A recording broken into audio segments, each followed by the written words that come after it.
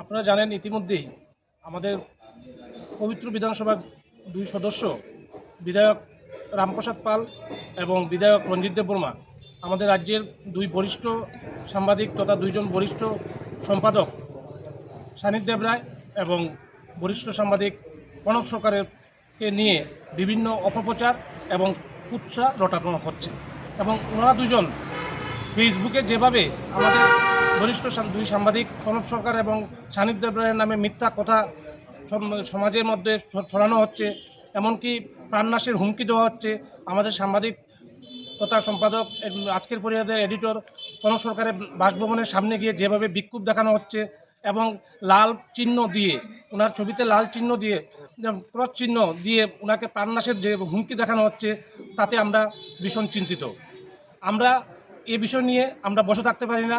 আমরা ঊনকোটি জেলা মিডিয়া ফোরামের পক্ষ থেকে আজ আমরা ডিজিপির উদ্দেশ্যে ঊনকোটি জেলার এসপি সুধাম্বিকা আর মহোদয়ের নিকট আমরা ডেপুটেশন প্রদান করেছি। আমাদের মূল দাবিটা হলো অবিলম্বে দুই অভিযুক্তকে অর্থাৎ বিধায়ক রামপ্রসাদ পাল এবং বিধায়ক রঞ্জিত দেববর্মাকে আইনের আওতায় আনতে হবে এবং তাদেরকে উপযুক্ত শাস্তি প্রদান করতে হবে।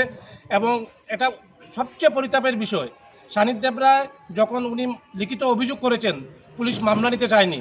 তারপর সাংবাদিকদের চাপে পড়ে সানিদ দেবরায়ের মামলা পুলিশ রেজিস্ট্রি করলেও এখানে অবিশ্বাস্য হলেও সত্যি প্রণব সরকার যিনি মামলা করেছেন উনি 6 থেকে 7 বার অভিযোগ করেছেন, লিখিত অভিযোগ করেছেন, কিন্তু আজ পর্যন্ত পুলিশ প্রণব সরকারের মামলাটি রেজিস্ট্রি করেনি।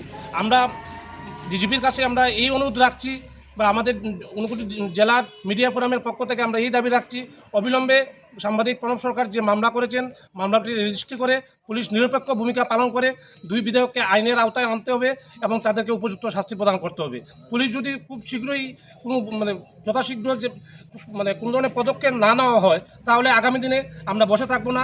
গোটা রাজ্যের সাথে ঊনকোটি জেলায়ও আমাদের ঊনকোটি ডিস্ট্রিক্ট মিডিয়া ফোরামের পক্ষ থেকে বৃহত্তর আন্দোলন করা হবে।